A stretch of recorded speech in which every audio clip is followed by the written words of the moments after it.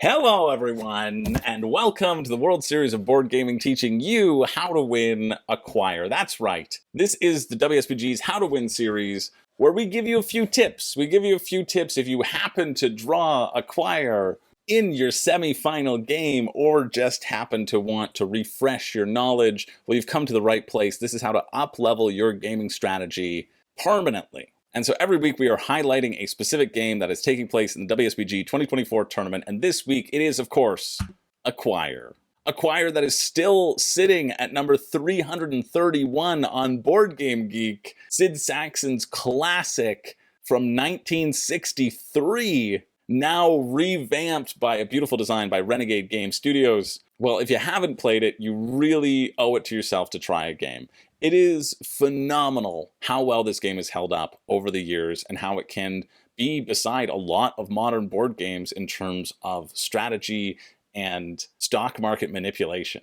It's a really fun game. It's one of those games that almost I prefer watching great players play, potentially more than I even enjoy playing it, but I really like playing this game a lot. If you want to see the live streamed version that we streamed at the event, commentated by Paula Deming of Things Get Dicey and Camilla Cleghorn of the Dice Tower, you can check them out at the Dice Tower. If you sign up for our newsletter, you get the link to those streams, so you never miss a game. You never miss a final match. You never miss all the insights that can come by watching really good players compete and up-level your own game in the process. If you haven't seen it, well, I'm going to spoil the winner for you right now as I congratulate our winner.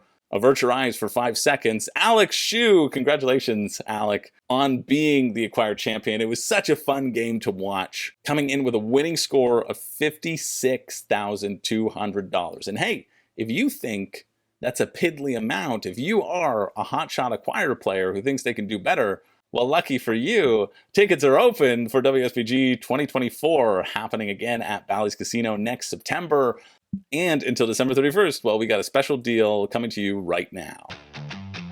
You could win your share of $100,000 in cash and prizes just for playing board games. The World Series of Board Gaming is back and bigger than ever. High-level play, friendly competition, national championships, there's no other event of its kind. Are you the next big name in board gaming? Get your tickets now at WSBGVegas.com and use the code EARLYBIRD to save up to $100. So what are you waiting for? It's time to get in the game.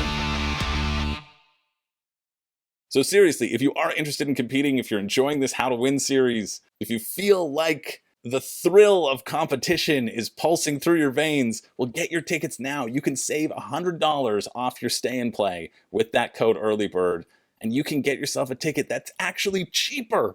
It's cheaper this year than it was last year. If you use that code, you are not only locking in the hotel room, which did fill up, you also get it at a cheaper price than ever. More information about the event at WSBGVegas.com or right here on the WSBG official YouTube channel. But that's not what we're here for. Now it's time to get into the strategy. Now we're going to get into the real meat of the episode. How the heck do you win Acquire? And tip number 1 should be fairly well known amongst hardcore Acquire players. And you'll see this a lot if you check out competitive play. As you know, you're placing tiles in the middle of this grid trying to form different hotel connections, and so it makes sense that you have to play the outside tiles first. And there's a reason for that. There's a reason why you play the corners or the sides. There's a reason there's that old Acquire saying, oh, corners are mourners, because they only have, it's a real phrase, because they only have 2 connection points. On the sides, they have 3 connection points, and in the middle, you have 4 connection points, 4 possibilities to lock down a very specific connection later on and to use those connections to your advantage, either by founding a hotel and getting that stockholder's bonus for founding it, or by reserving it and never merging a hotel, or 2 hotels rather, that you don't have a stake in. That's over on tip number 2. We're moving right along to tip number 2. Have your sell options prepared. Because as we know, the key to Acquire is selling as quickly as you can. As I zoom in monstrously at this stockholder bonus, you can see that depending upon the size of the hotel and type of the hotel, whoever has the most stock is going to get a very substantial bonus. And being the first one to sell a hotel chain that you have the most stock in is huge for your maneuverability. A big mistake that a lot of people can get into is they don't have their sell options prepared. They stretch themselves too thin. They spend all of their money, and then they are at the mercy and whim of the tiles, just hoping that they can make a connection. It is very easy. It is a punishing game that can happen, and you can be taken out of it by not being able to sell and get that cash infusion so that you can up-level your stock into more beneficial things at the end of the game. Because we want to get to that 56,000 bar, right? We want all of our stocks to be worth $1,000 at the end and be holding a mitt full of 13 of them. But in order to do that, it requires a cash infusion, which you need to focus on what tiles you have and how close they are to those additional sell options, to the lower spaces of the hotels, identifying which hotel is the most likely to be sold sooner and be merged into and to be acquired, as is the name of the game. There's a little hint as to the strategy, and never merging a hotel that doesn't directly benefit you. Which moves us along to sort of tip number 3, don't ever go for third place. And what happens here is this is usually a product of having too many stock in too many companies. I forget the exact spread in the main game, but it's very common for you to have stock in 2 companies. There are 7 total companies in the game, and if you have stock in 2 of them and you're playing a 4-player game, you're already at least 1 step ahead of 1 person around the table, if you can lock that majority and get those acquired. And the downside of spreading yourself too thin is you only have a certain number of actions. Your action efficiency is very important, or rather your buying efficiency, because every round you only get to buy 3 stocks. So as more and more companies come on the board and you're keeping track of multiple options, spreading yourself too thin and having a large swath might be beneficial for those being worth a little bit more, but clever players of Acquire will not come in third. Third is the kiss of death. You want, when a company is acquired, you want there to only be 2 people if you're not in it. If you don't own any stock in it, you want it to have 2 people, and those 2 people to have a lot of stock. Because an experienced player will keep a tally, right, of everyone's stock. An experienced player will keep a tally, not necessarily of the number, but how far ahead they are than everybody else. You want to give yourself, this is sort of tip 3.5, let's call it that. Tip 4. We'll do more than 5 tips. Experienced players will often give themselves a 1-turn buffer or a 1-stock buffer, right? Be just ahead of the other players. If you have 3, I want to have 4. If you have 7, I want to have 8. And I know that if you ever make a play for my stock options, well, then I'll just buy more. It sounds simple, but then you have to get into keeping track of the amount of stock left in the game. If somebody has been buying willy-nilly, taking the stock out of your own calculation, you need to be constantly counting the stacks of stocks so you know how much are left and how much wiggle room you do have. And you also can use this buffer point to your advantage if you're playing in a larger game by keeping track of not only the one majority that your opponent has, but keeping track of your biggest opponent's second stock, whatever they might be holding, whatever they might be going for in that second category.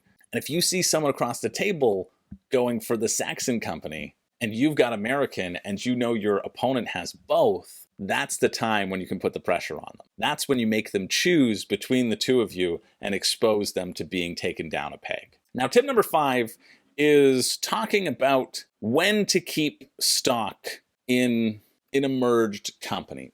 And this varies, right? Generally, whenever a company is merged, you have an option to buy stock, to trade in your existing stock at a 2-to-1 ratio. If I have 10 stock of American and I get acquired by Saxon, I could now have 5 shares of Saxon, and it goes in turn order.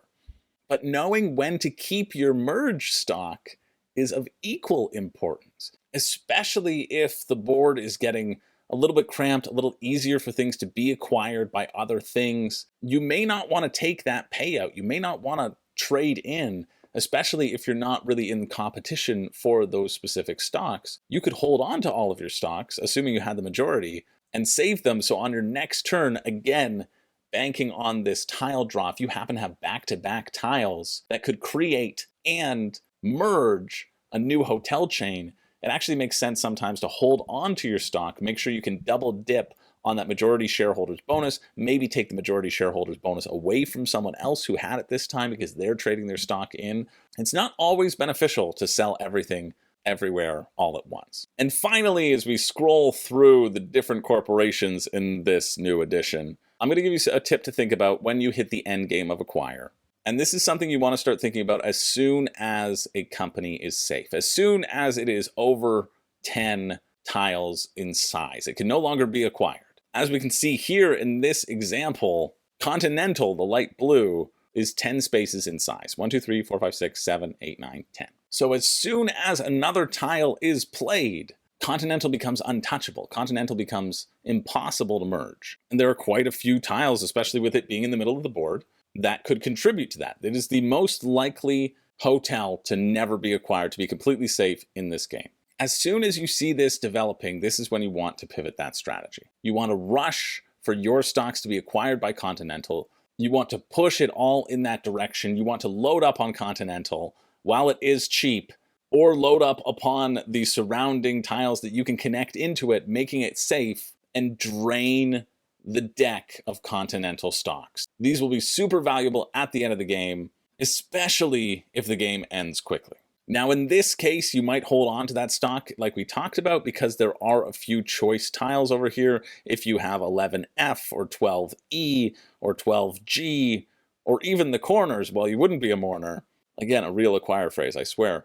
You could create and instantly create another hotel, then hold on to your stock. If not, push for that majority stake in who is going to come out on top, because you are going to earn the most money at the end of the game. Those are some tips on how to win acquire. Remember that this game is all about timing. It's about timing and memorization. And if you excel, if your board gaming excellence strives in those realms, if you're a Hanabi player, used to keeping a lot of information in your head, if you play other stock market games where the manipulation of prices goes up and down, you play games where you're always finding that timing on a razor's edge, well then you might want to look into acquire, because I think you might be pretty good at it.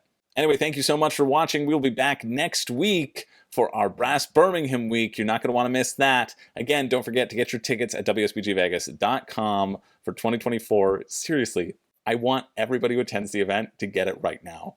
Even if you happen to cancel, something comes up, the processing fees are going to be less than the money that you saved. Think about it that way. Either way, thanks for tuning in. My name is Chris George for the World Series of Board Gaming, and I look forward to seeing you in Vegas.